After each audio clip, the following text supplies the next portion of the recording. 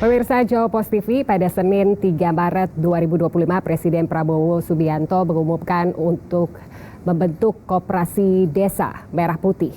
Total pemerintah menargetkan pembentukan Koperasi Merah Putih di 80.000 desa dan kelurahan.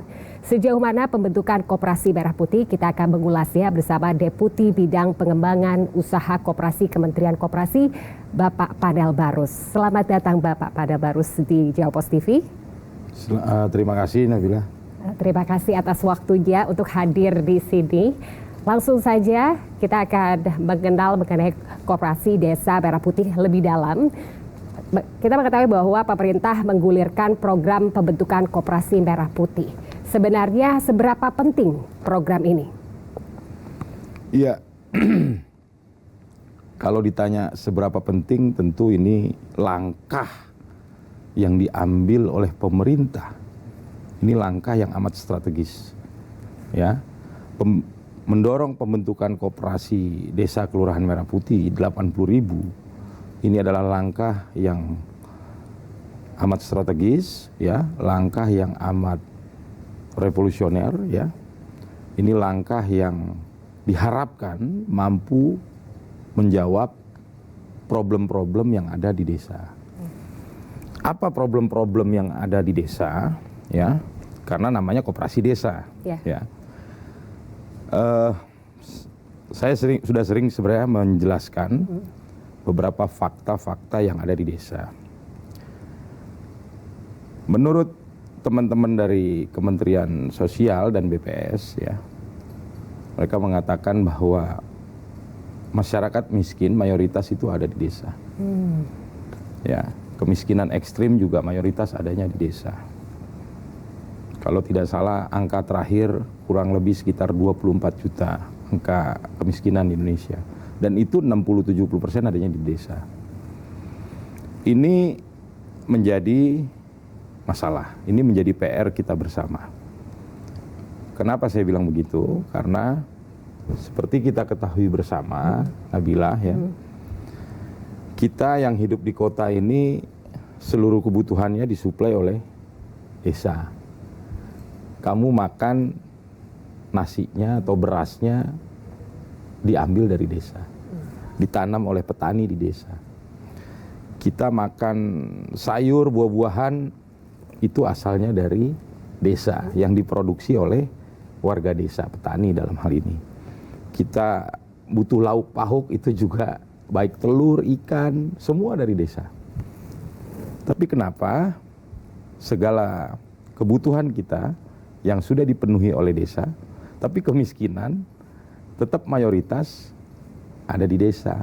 Ini yang harus dijawab. Nah, Koperasi Desa Kelurahan Merah Putih sebagai sebuah langkah diambil oleh pemerintah untuk menjawab problem itu. Nah, lalu berikutnya yang lebih dalam adalah kenapa kok bisa, ya, mayoritas penduduk miskin kita adanya di desa. Sementara tadi sudah saya sampaikan bahwa basis produksi kita adanya di desa, segala kebutuhan orang kota dipenuhi oleh warga desa. Tapi kok kenapa kemiskinan mayoritas adanya di desa? Karena ada praktek, ya, yang menghisap di desa. Karena ada praktek ekonomi yang tidak adil di desa, ya. Apa itu prakteknya? Yaitu praktek ijon, praktek rentenir, praktek tengkulak, praktek lintah darat, terakhir ada lagi praktek pinjol yang sekarang juga sudah mulai penetrasi ke desa-desa. Inilah, ya, yang menyebabkan kemiskinan, ya, mapan keberadaannya di desa. Sejak Indonesia merdeka sampai hari ini, desa yang seharusnya jadi basis ketahanan pangan kita malah jadi lumbung kemiskinan. Gitu loh. Ini yang mau dijawab oleh pemerintah melalui langkah pembentukan Koperasi Desa Kelurahan Merah Putih di 80.000 desa kelurahan di seluruh Indonesia. Dan saya perlu sampaikan juga, Nabila, ya, bahwa pembentukan koperasi desa Kelurahan Merah Putih ini bukan tujuan. Ya, tujuannya tadi mengubah, ya. Tujuan pembentukan koperasi desa Kelurahan Merah Putih ini hanyalah alat, bukan tujuan. Karena tujuan utamanya adalah Bapak Presiden ingin dengan alat Kopdes ini mengubah situasi yang ada di desa tadi. Dari situasi yang tidak baik menjadi situasi yang lebih baik. Tadi udah saya jelaskan kan situasinya. Itu yang ingin dijawab, gitu loh. Tapi berbicara mengenai koperasi kan, koperasi juga bukan hal yang baru ya, karena ribuan koperasi telah berdiri selama ini. Lalu apa bedanya koperasi Desa Merah Putih dengan koperasi desa yang saat ini sudah ada? Iya, saat ini existing banyak koperasi di Indonesia. 130.000 kurang lebih ada koperasi di seluruh Indonesia. Bedanya dengan koperasi Desa Kelurahan Merah Putih yang sedang kita dorong pembentukannya ini, speknya mungkin. Karena koperasi desa ini memang dia levelnya hanya di skup satu desa itu aja. Dia close loop di level desa, gitu loh. Kalau koperasi-koperasi yang sudah ada ini, dia bisa jadi secara keanggotaan, anggotanya itu lintas desa, lintas kecamatan, mungkin lintas kabupaten. Gitu loh. Jadi kita koperasi Desa Merah Putih, kalau pertanyaannya apa bedanya, kurang lebih jawabannya itu. Ya, kalau koperasi desa itu koperasi yang anggotanya hanya warga desa itu saja.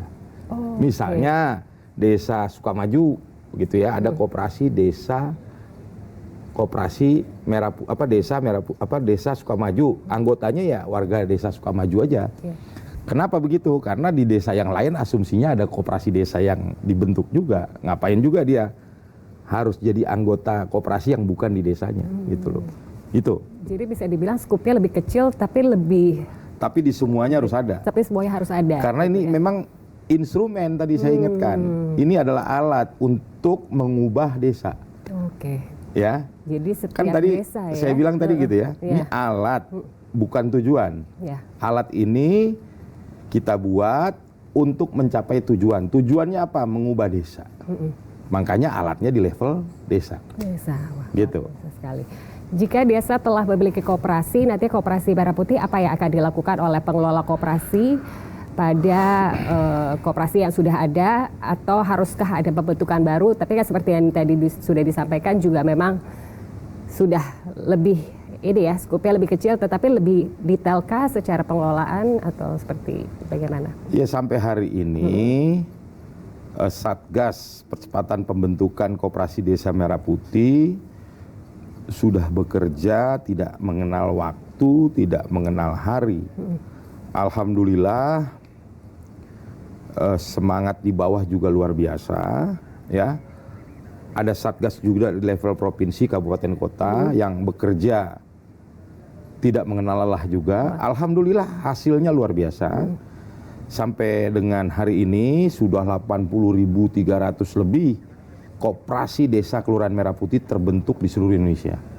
Sudah 80.300 sekian yang terbentuk melalui rapat anggota pendirian atau musyawarah desa. Ya, itu sudah beres. Dan secara badan hukum sampai dengan hari ini itu sudah 68.000. Dari target 80.000 yang sudah berbadan hukum, sampai dengan sore ini sudah 68.000 lebih. Artinya sudah 80 sekian persen. Ya. Kalau pembentukannya sudah 100% lebih. Tapi yang berbadan hukum sudah 80% lebih. Sampai dengan sore hari ini. Dan terkait dengan seperti apa yang dikatakan oleh Bapak Panel mengenai pembentukan Koperasi Merah Putih, kita akan membahas detailnya nih Pak di segmen selanjutnya. Ya Pak pemirsa, kami akan kembali berbincang dengan Bapak Panel Barus terkait dengan Koperasi Desa Merah Putih. Nah, tadi kita sudah berbicara mengenai pembentukan badan hukum koperasi ini seperti apa. Mungkin pemirsa juga yang mengetahui dan bagaimana pembentukan Koperasi Merah Putih, detailnya seperti apa. Nah, tahapan pembentukan badan hukum koperasi kapan ini Pak ditargetkan rampung? Iya, jadi kita membaginya kerja ini menjadi 3 chapter. Ya, chapter pertama ini adalah pembentukan kelembagaan koperasi sehingga dia selesai sampai memiliki badan hukumnya. Ya, ini yang lagi kita selesaikan di chapter pertama. Insya Allah nanti pada saat launching 19 Juli hari Sabtu 2025 ya, insya Allah di launching oleh Bapak Presiden, kelembagaan sudah 100%, itu selesainya di situ. Baru nanti kita masuk ke chapter yang lebih penuh tantangan.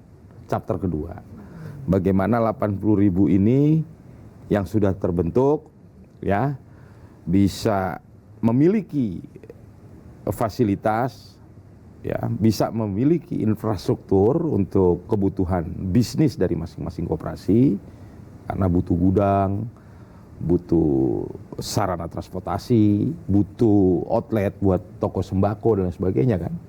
Itu kan jelas butuh sarana itu. Nah, bagaimana memenuhi sarana itu? Yang kedua juga tantangannya adalah bagaimana 80.000 yang sudah terbentuk ini bisa mengoperasikan bisnisnya.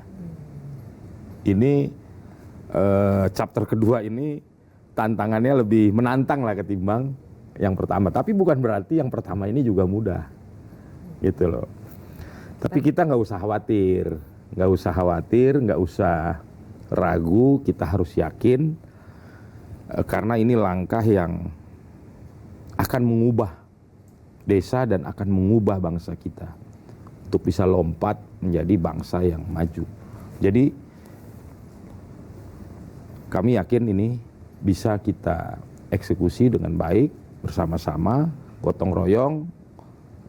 Satgas ada 16 sampai 18 kementerian lembaga terlibat, kepala-kepala daerah juga semua aktif terlibat, karena ini Mbak Nabila, ini juga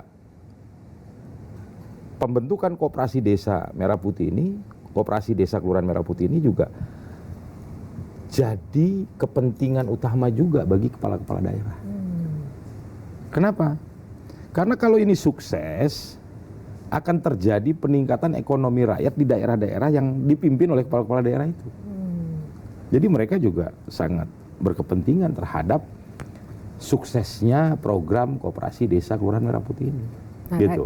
Tadi kan, Nah, nanti baru ada yang chapter ketiga tuh. oh, Chapter 1, chapter 2, chapter 3. Chapter 3 ya monitoring, evaluasi, sama peningkatan usahanya, ya, pengembangan usahanya, sustainability-nya, isunya kan, supaya bisnisnya terus berlanjut dan tumbuh.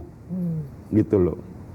Supaya kalau dia tumbuh, impact-nya, manfaatnya bisa lebih besar lagi buat anggota dan warga desa. Ya, tadi Gitu. Bapak Fadal membahas mengenai tantangan nih. Kan tantangannya yang terbesar dalam pembentukan koperasi Merah Putih yang ditemui saat ini apa? Iya, tentu dalam bekerja ada tantangan-tantangannya. Ya, pasti ada. Yang dirasakan oleh Satgas, ya. Satgas pembentukan koperasi desa Kelurahan Merah Putih ada beberapa tantangan. Yang pertama, setiap kita keliling daerah, selalu yang jadi pertanyaan itu soal akses permodalan untuk koperasi yang baru terbentuk ini. Sehingga Satgas harus memikirkan ini, ya, lebih dalam, dan harus membuat satu kebijakan, keputusan bagaimana permodalan dari koperasi desa Kelurahan Merah Putih ini. Ya, kita harus merumuskan ini yang terbaik supaya tujuan-tujuan yang kita ingin capai bisa terwujud. Itu jadi skema pembiayaan itu jadi tantangan salah satunya.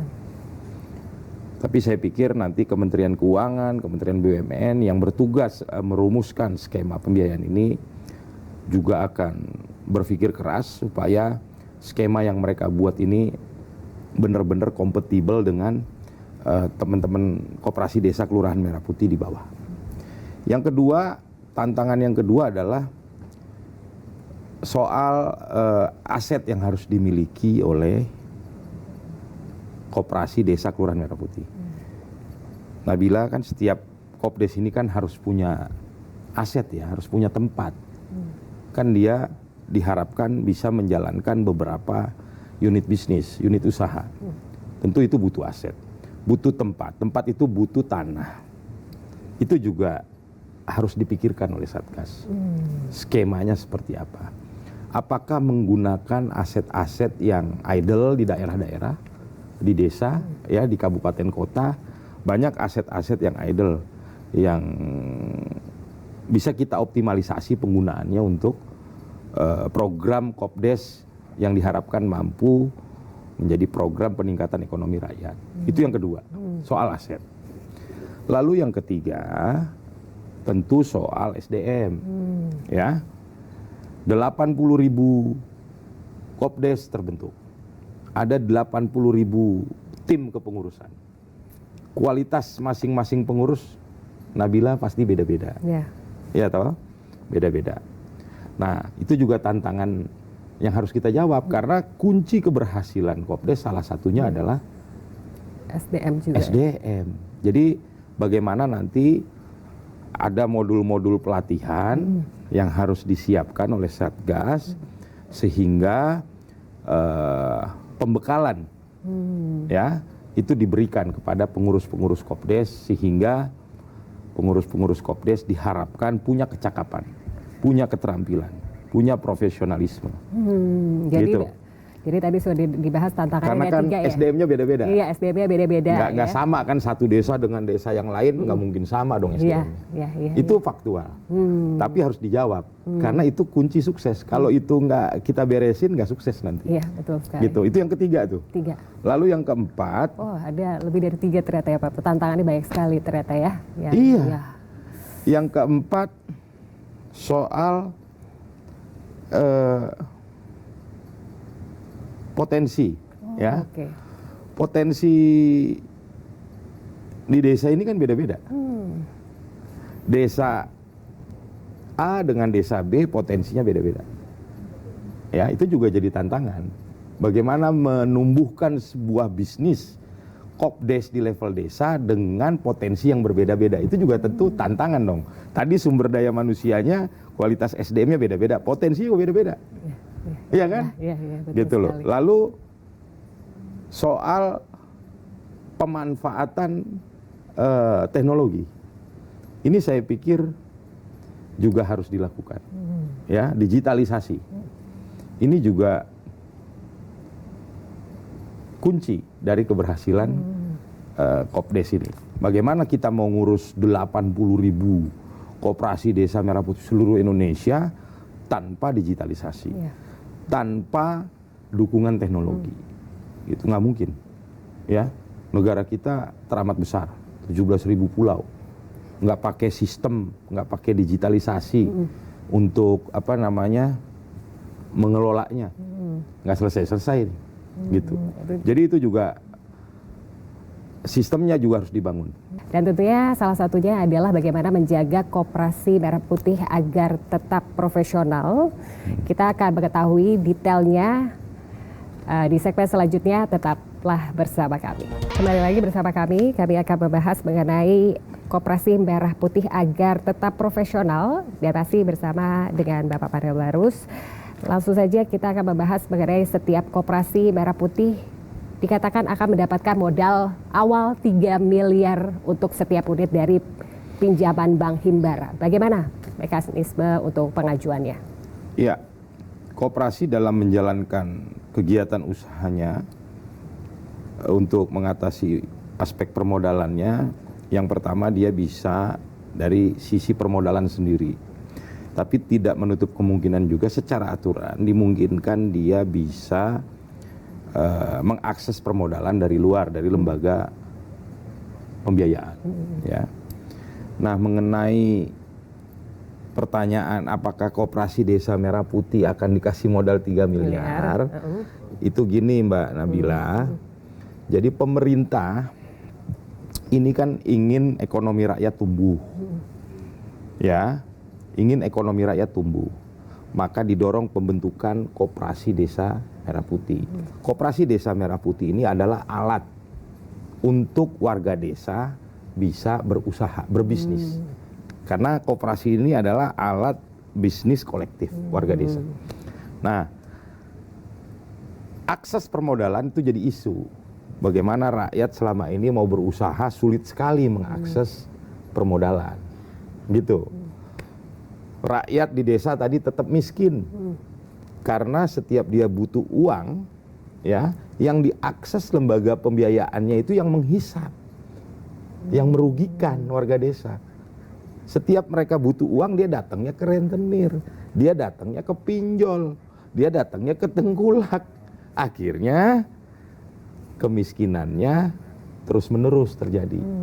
Nah, akses permodalan ini jadi penting, ya, dengan bunga yang murah, gitu, supaya rakyat dalam menjalankan usahanya melalui koperasi ini bisa tumbuh, gitu. Tapi bukan berarti, ini saya perlu tegaskan, apakah benar pemerintah akan menyiapkan modal Kopdes 3 miliar?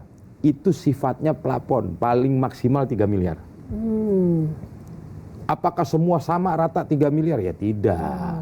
Itu basisnya adalah setiap Kopdes yang sudah terbentuk, keanggotaannya sudah maksimal, ya. Jangan sampai Kopdes anggotanya baru 20 orang udah mau akses permodalan. Jangan. Kalau warga desanya ada 2.000, minimal keanggotaannya 1.000 dulu lah. Gitu ya, baru dia susun rencana-rencana bisnis melalui proposal bisnis, baru nanti diajukan ke lembaga pembiayaan. Dalam hal ini bisa Bank Himbara, bisa LPDB Koperasi, bisa mungkin juga bank-bank pembangunan daerah, ya, atau teman-teman koperasi simpan pinjam yang existing yang sekarang juga punya dana idle gitu ya, bisa diakses juga. Gitu loh. Tentu dengan aturan yang sama, dengan standar-standar yang sama, tidak boleh beda. Jadi sekali lagi, tentu pengajuan akses atas modal tadi yang ingin didapat oleh Kopdes itu basisnya adalah proposal bisnisnya. Desa A dengan desa B kebutuhannya bisa jadi beda. Bisa jadi ada yang butuhnya cuma 1 miliar, bisa jadi ada yang butuhnya cuma 1,5 miliar karena ini pinjaman, gitu loh. Kalau pinjaman itu kan harus dipulangin, gitu. Jadi kalau butuhnya hanya 1, ngapain minjem 2, kan gitu. Yang penting kan bagaimana bisnis Kopdes ini bisa tumbuh, gitu ya. Permodalan aksesnya kita buka dengan bunga yang terjangkau. Mudah-mudahan terwujud ya, tadi ya seperti disampaikan Bapak, bahwa ini semua bisa berjalan ya Pak ya. Koperasi Desa Merah Putih ini bisa berjalan dan segala tantangannya bisa diatasi dan bisa ditaklukkan. Dan harapan Bapak nih ke depannya di 5 tahun ke depan, masa depan Koperasi Desa Merah Putih seperti apa? Iya, ini kita masih chapter 1. Ya, chapter 1 ini pembentukan, nanti chapter 2 ada pembangunan sarana dan prasarana serta pengoperasionalisasian usahanya. Chapter ketiga isunya adalah bagaimana usaha Kopdes bisa sustain. Ya, tentu ada aksi-aksi berikutnya yang tetap harus dilakukan. Apa itu? 80.000 ini tidak mungkin setelah terbentuk terus beroperasi dibiarkan jalan masing-masing. Tidak mungkin. Ya. Nggak mungkin ini 80.000 udah dibentuk operasionalnya jalan terus dibiarin jalan sporadik masing-masing. Nggak mungkin. Nanti ada langkah. Langkah ini penting untuk menjawab keberhasilan Kopdes ke depan. Langkah ini juga jadi penting untuk bicara tentang sustainability Kopdes ke depan. Apa langkahnya? Ya ini harus dikonsolidasi. Kopdes-kopdes yang 80.000 ini harus dikonsolidasi. baik melalui teknologi, melalui digitalisasi, melalui platform digital, ya, ataupun dia dikonsolidasi, ya, melalui sekunder-sekunder di kabupaten. Nabila. Jadi dia harus dikonsolidasi melalui platform digital, ya, supaya efektif. Dan dia juga harus dikonsolidasi melalui sekunder-sekunder kabupaten. Jadi konsolidasi ini amat penting karena ada 4 outputnya. Nanti setelah dikonsolidasi, yang pertama, kalau 80.000 koperasi desa ini berhasil dikonsolidasi, ini akan jadi yang pertama, ya, outputnya adalah dia akan jadi jaringan distribusi terbesar mungkin di Republik ini. Kebayang nggak? Kebayang. Ya, ada jaringan distribusi dengan kemampuan titik serah di 80.000 desa kelurahan di seluruh Indonesia. Ini jaringan distribusi terbesar mungkin yang akan kita punya. Ya, itu output konsolidasi yang pertama.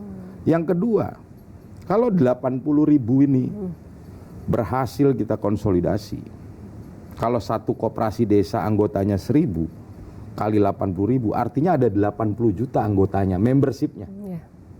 Ini market yang terorganisir. Ya, jadi output konsolidasi yang kedua ini adalah market baru yang terorganisir ini.